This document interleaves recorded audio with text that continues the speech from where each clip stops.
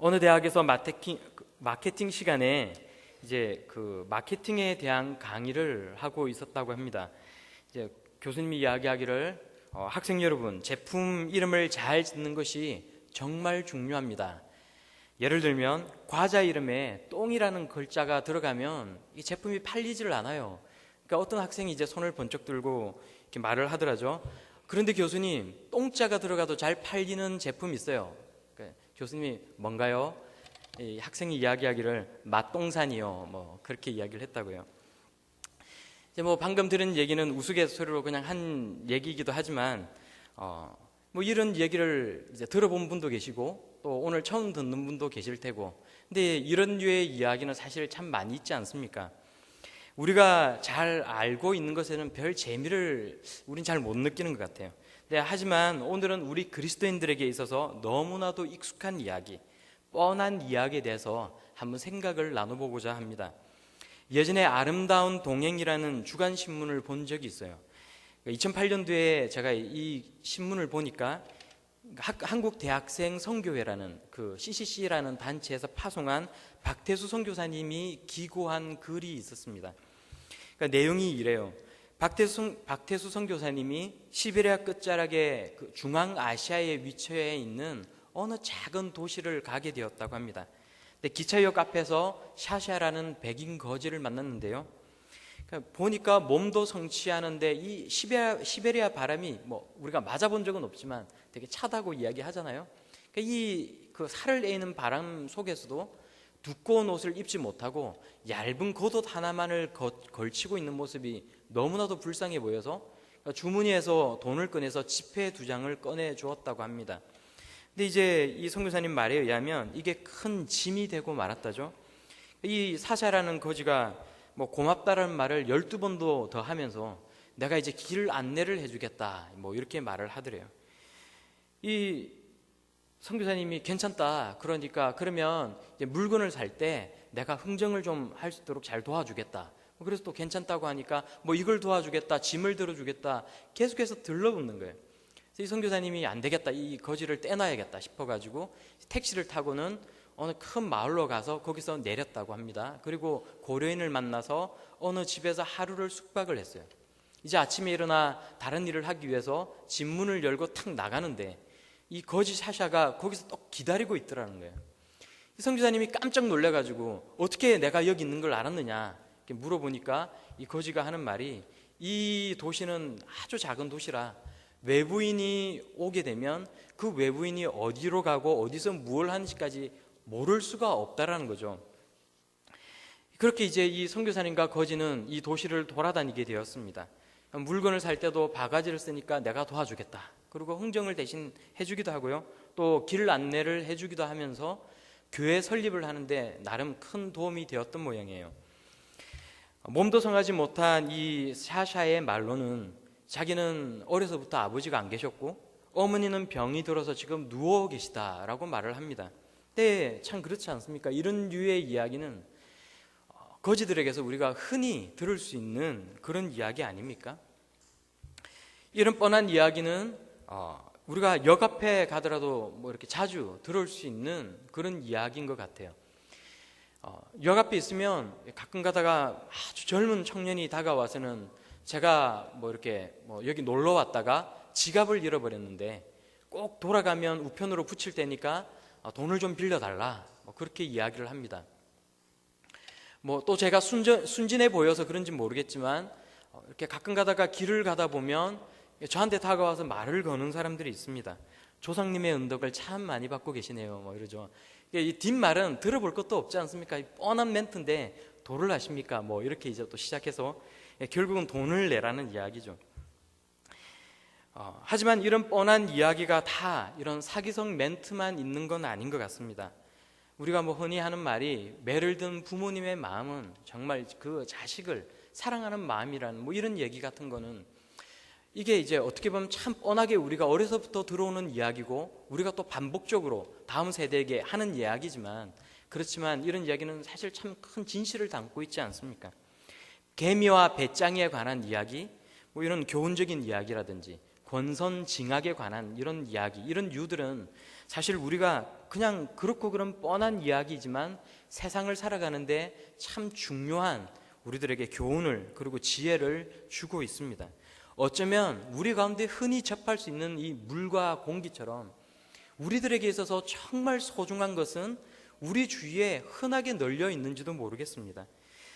박태수 선교사님은 이제 그 도시를 떠나게 되시면서 거지 사샤에게 수고의 대가를 이렇게 얼마 주고 싶었는데, 그러니까 사람들이 보는 앞에서 이 대가를 주게 되면 다른 사람들이 이걸 보고는 몸이 성치 못한 샤샤에게서 이 돈을 빼들어 갈까봐 자기가 입고 있던 겉옷에 지폐 한 다발을 넣어서 그 옷을 벗어서 샤샤에게 벗어주었다라고 합니다.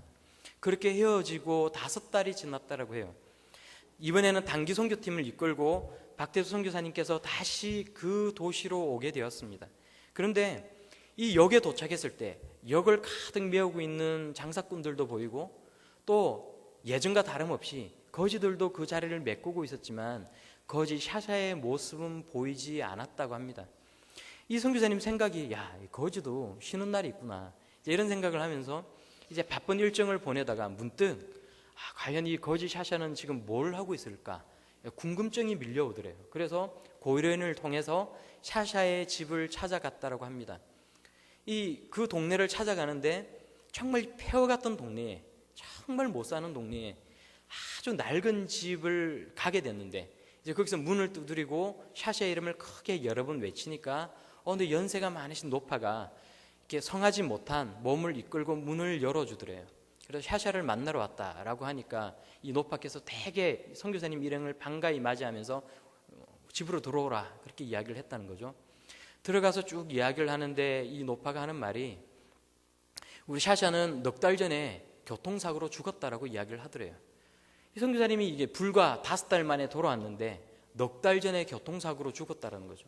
그리고 이 노파가 하는 말이 이 아이는 지금까지 아버지가 누군지도 모르고 성장을 했고 누구의 사랑도 받아본 적이 없고 그래서 이곳에서 누구도 샤샤에게 사랑을 베풀어 준 적도 없고 사람 취급을 해준 적조차 없는데 유일하게 선교사님이 우리 아들을 사람으로 취급해 주었고 많은 사랑을 베풀어 주었다 이런 얘기를 하더래요.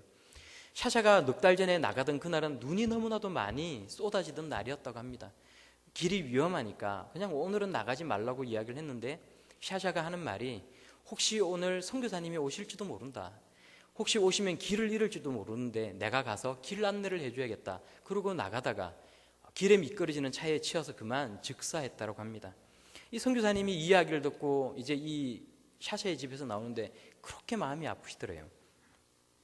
하나님께서는 이 샤샤에게 어쩌면 처음이자 마지막으로 천국을 가는 길을 가르쳐 줄 수 있도록 내게 기회를 주신 것인데 내가 왜 그때 샤샤에게 전도를 하지 못했나? 하나님의 말씀을 전하지 못했나? 통탄을 했다라고 해요. 그리고 이 글의 말미에 선교사님은 이런 말을 썼습니다. 절뚝발이 거지 샤샤, 내가 올 때까지 시베리아 바람을 피하라고 했더니 그 바람에 날아가 버리고 말았다. 샤샤 때문에 나는 나를 용서할 수가 없다.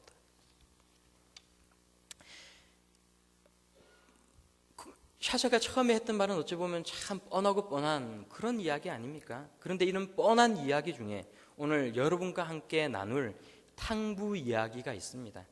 누가복음 15장에는 잃어버린 것을 찾으시는 하나님의 마음에 대한 이야기가 3가지의 비유로 나오고 있습니다. 잃은 양을 찾는 목자의 비유, 잃은 드라크마를 찾은 여인의 비유, 그리고 오늘 함께 보시는 잃은 아들을 찾은 아버지의 비유가 나오고 있습니다. 잃은 아버지를 찾은 아버지의 이야기를 흔히 사람들은 탕자의 비유다 그렇게 이야기를 해요. 하지만 이 본문을 통해 예수님께서 하시고자 하는 말씀은 탕자가 돌아왔다라는 것이 아니라 탕자를 찾으시는 하나님의 마음에 관한 것입니다.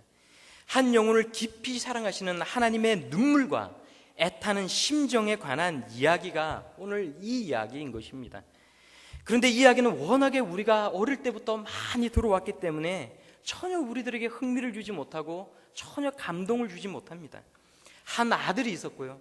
이 아들이 아버지가 돌아가시기도 전에 유산을 나누어 달라고 했는데 다른 나라에 가서 그 재산을 다 낭비해버리고는 힘들고 어렵게 지내다가 아버지께로 돌아왔다.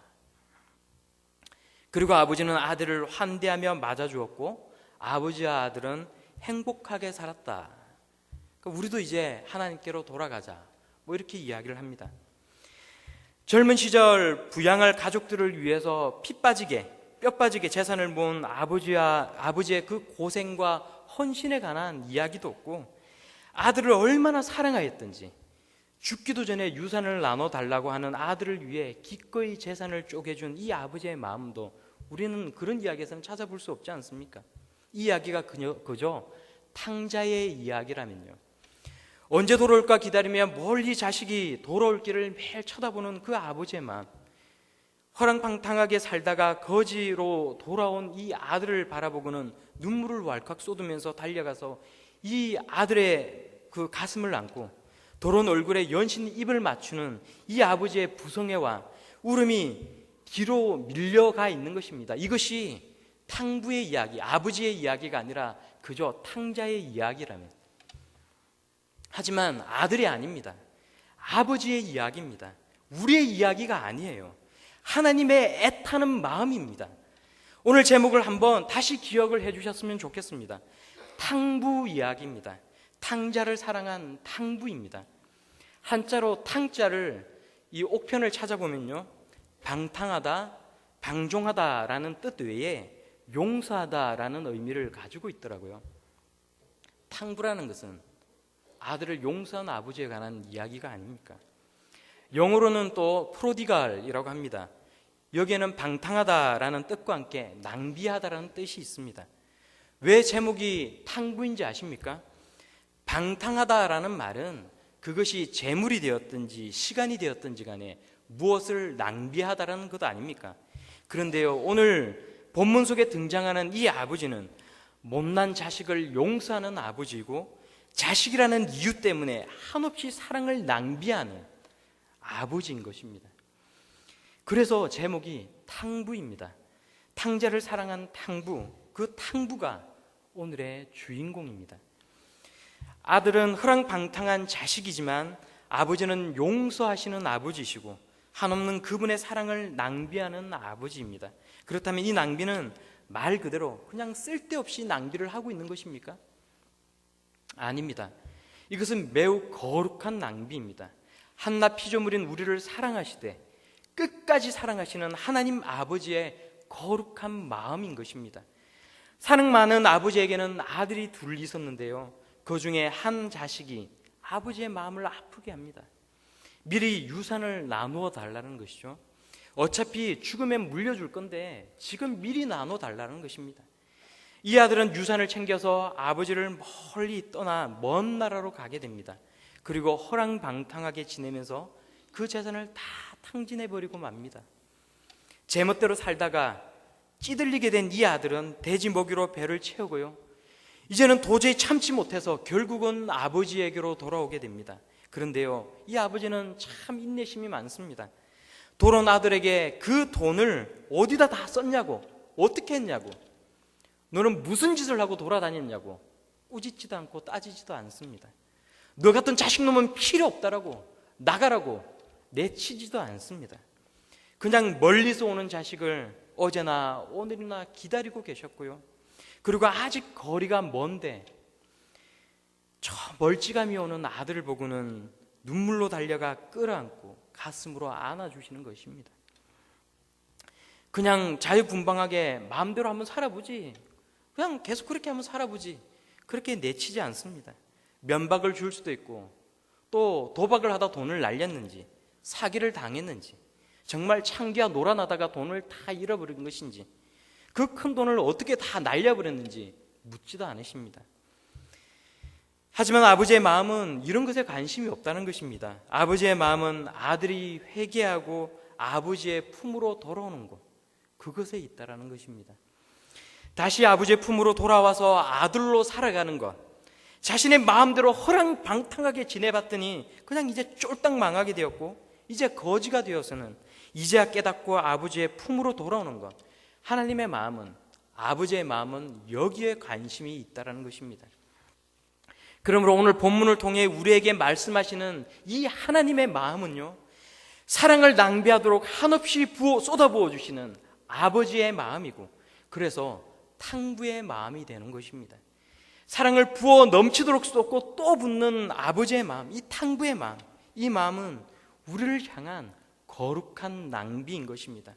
이 거룩한 낭비를 통해서 제가 구원을 받았습니다. 여러분이 하나님의 자녀가 되었습니다. 하나님의 거룩한 낭비가 우리를 살렸습니다. 여러분 혹시 창끝이라는 영화를 보셨습니까? 미국 히튼 대학을 나온 4명의 젊은이들이 생전 알지도 못하는 남미로 선교를 떠나게 됩니다.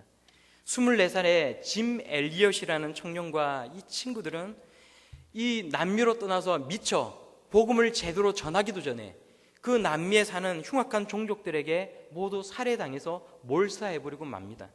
미국의 언론들은 이 사건을 대서특필하면서 이 무슨 낭비인가, 왜 이런 헛된 죽음이 생겼나 난리를 피웠어요. 신문의 제목이 그래서 이 무슨 낭비인가 라는 것이었습니다. 왜 이런 낭비를 해야 되는지 이해할 수가 없다는 것입니다. 하지만 짐 엘리엇을 포함한 이들의 4명의 아내들과 자녀들이 다시 그곳으로 가서 선교를 하게 되고요, 결국 4명의 청년의 목숨을 빼앗아갔던 종족들은 모두가 회개를 하게 되고 하나님의 자녀가 다 되었습니다. 그것은 실제로 있었던 실화였고 이미 영화로도 나왔고 책으로도 출간이 되었습니다. 하나님의 마음을 가지고 쏟아내는 낭비는 결코 낭비가 아니라는 것을 우리들에게 잘 보여주는 사건인 것입니다. 이것을 낭비라고 우리가 굳이 부른다면 이것은 거룩한 낭비인 것입니다. 저는 예전에 교육전도사 때 중등부를 참 많이 맡았습니다. 교회 한 번은 제가 있던 교회 건물 옆을 나가다 보면 청년들이 교회 건물 옆에서 담배를 피고 모여 앉아 있는 아이들이 있었는데 그 아이들에게 전도를 한 적이 있습니다. 그 아이들을 알고 지내게 되고 그래서 토요일 밤이나 주일 밤에는 이 아이들과 같이 밤을 샜어요. 같이 한강변으로 나가서 치킨도 시켜 먹고 뭐 그렇게 많이들 돌아다녔습니다. 그리고 한 명씩 이 아이들이 교회를 나오기 시작했는데 나중에는 이렇게 노는 아이들이 제법 교회에 많이 나와서 이제 20명을 훌쩍 넘어서게 되었습니다. 근데 이제 문제가 생겼어요. 워낙에 이 교회가 조용한 교회고 또 부유층이 많이 출석하는 교회라 이제 이런 불량스러운 아이들이 교회에 나오는 것을 용납할 수가 없다는 거죠. 다 점잖은 사람들인데 이제 아이들은 그렇지 않습니까? 주위 사람들 눈치를 보지 않고 하고 싶은 말 아무렇게나 하고 아무렇지도 않게 욕설을 내뱉고 이런 것들이 이제 그 교회 기존의 성도들에게는 너무 보기 싫었나 봐요. 근데 제 마음 가운데 하나 욕심이 생긴 것이 이 아이들을 꼭 여름 수련회 때 데려갔으면 좋겠다라는 마음이었어요. 나름대로 그 아이들을 위해서 참 나름의 희생 아닌 희생을 많이 했습니다. 교회에서 받은 사례비를 이 아이들을 위해서 다 썼고요.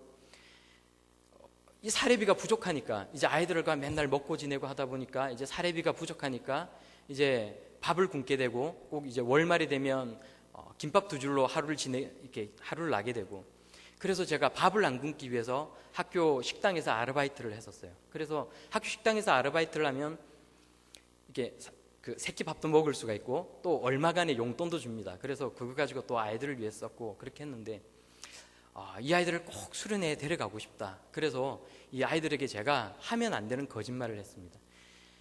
수련회에 가자. 수련회 가면 참 재미가 있다. 신앙이 없는 애들이 수련회를 와서 재미있을 리가 없지 않습니까? 근데 더 큰 거짓말을 했는데 아이들이 저한테 담배를 피울 수 있느냐 묻더라고요. 그래서 담배도 피울 수 있다. 마음껏 피울 수 있으니까 같이 가자. 이제 그렇게 했죠.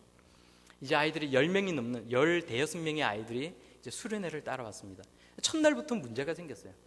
그러니까 아무런 신앙이 없는 아이들이 수련회에 나와서 찬송가를 부르고 기도를 하고 그러는데 애들이 배겨내지를 못하는 거예요.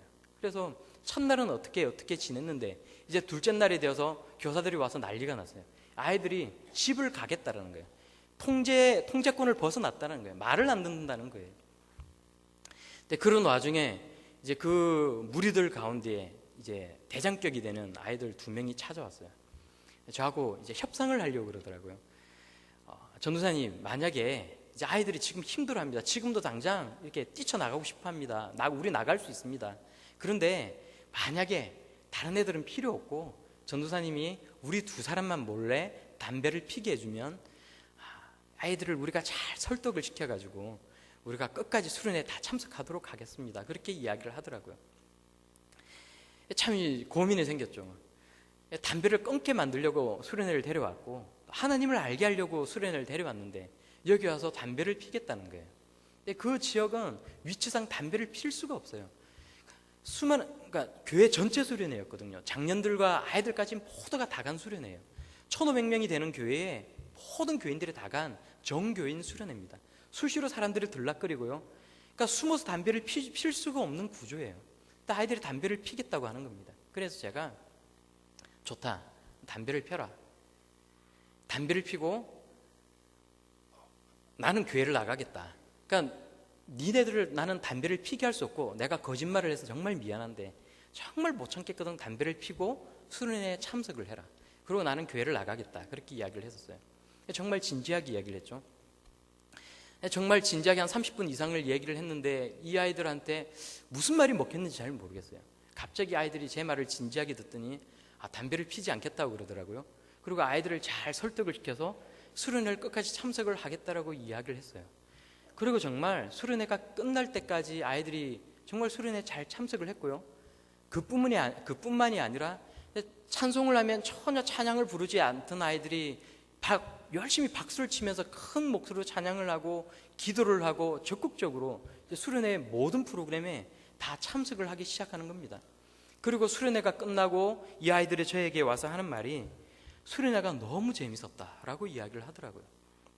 수련회가 너무 재밌었고 또 여름에 수련회 또 안 가느냐, 그래서 이번 수련회는 끝이 났다 이렇게 이야기를 하니까 아이들이 하는 말이 그러면 다른 교회 수련회를 따라가도 되느냐, 그래서 얼마든지 가도 좋다, 갔다 와라. 그래서 실제로 그중에 많은 아이들이 또 다른 교회 수련회를 따라갔다가 왔습니다. 제가 늘 아이들에게 했던 말은 얘들아, 하나님은 정말 너희들을 사랑하신단다. 그리고 나도 정말 너희들을 사랑해.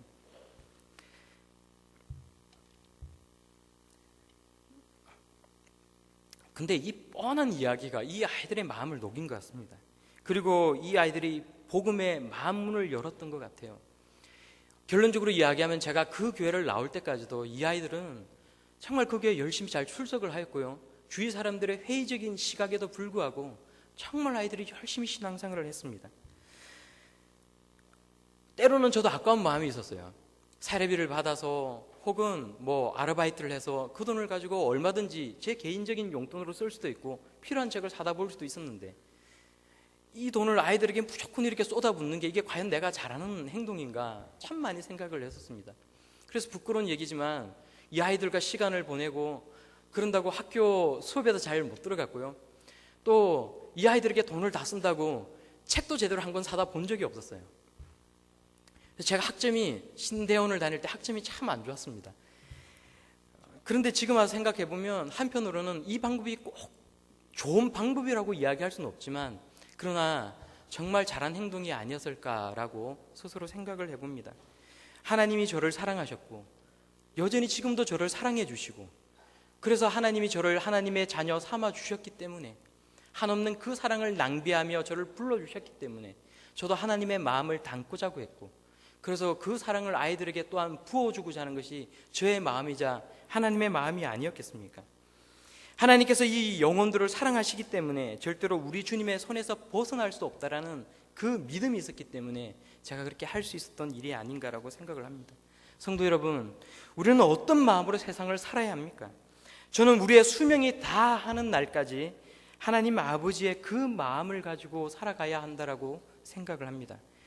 우리를 위해서 사랑을 한없이 낭비하는 그 뜨거운 마음, 그 마음으로 세상을 바라볼 수 있기를 바랍니다.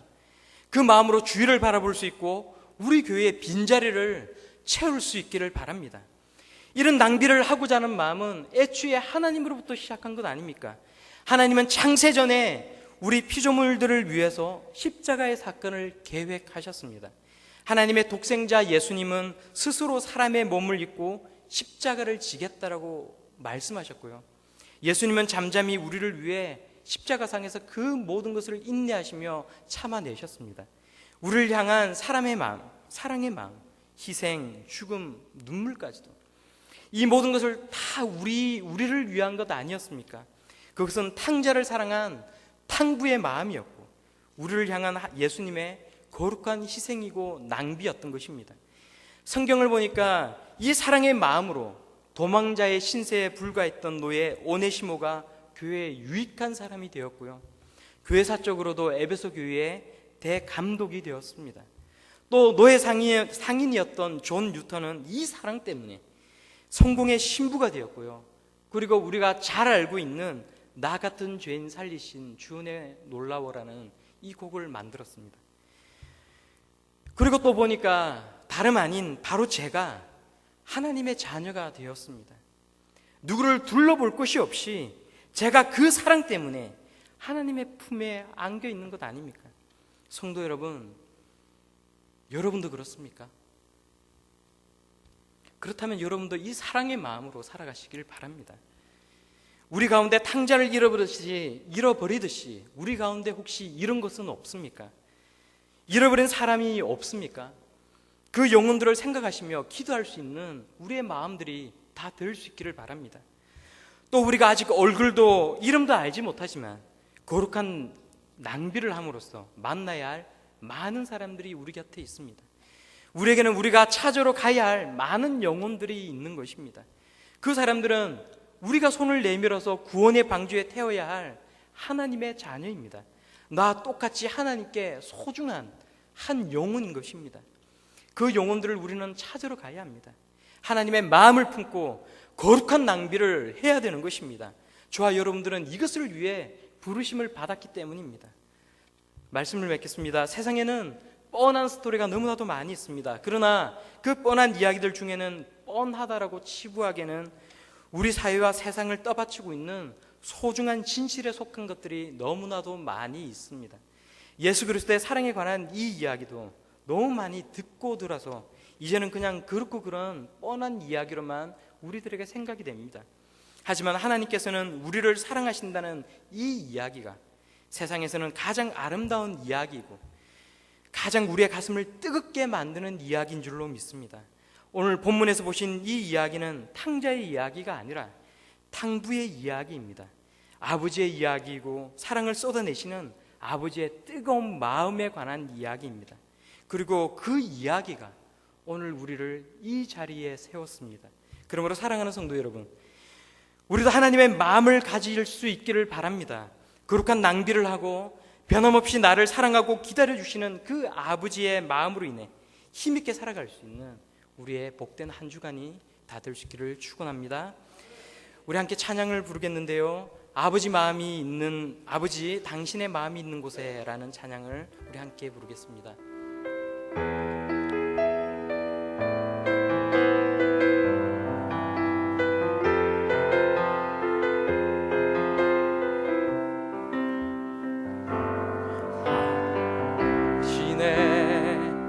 마음